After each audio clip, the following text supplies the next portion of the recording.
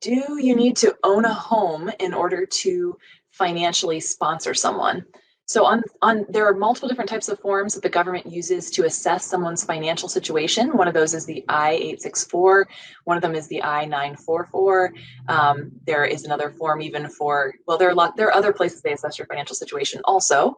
And sometimes people think because they ask, you can submit information about financial assets or properties that you own. But just to clarify, it's definitely not required.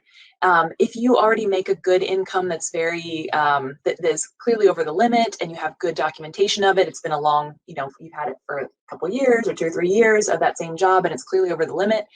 On the I-864, it asks you about financial assets, but it's an optional section. So we only use that section when there's, the person's retired or they've changed their jobs in that last 3-year period, or there's something that just we want to really bump up the argument a little bit that they definitely have the financial means and stability to be able to sponsor.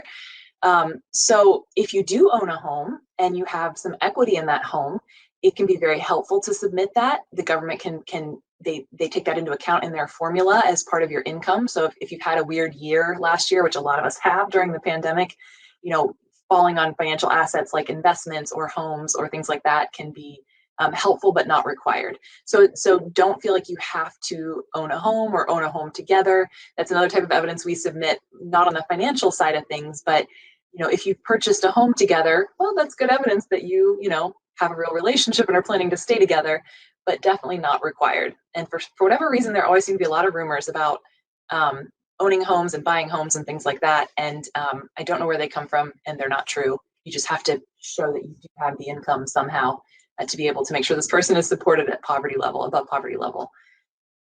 So, but if you want to buy a home, then it's pretty fun. So go ahead and do it.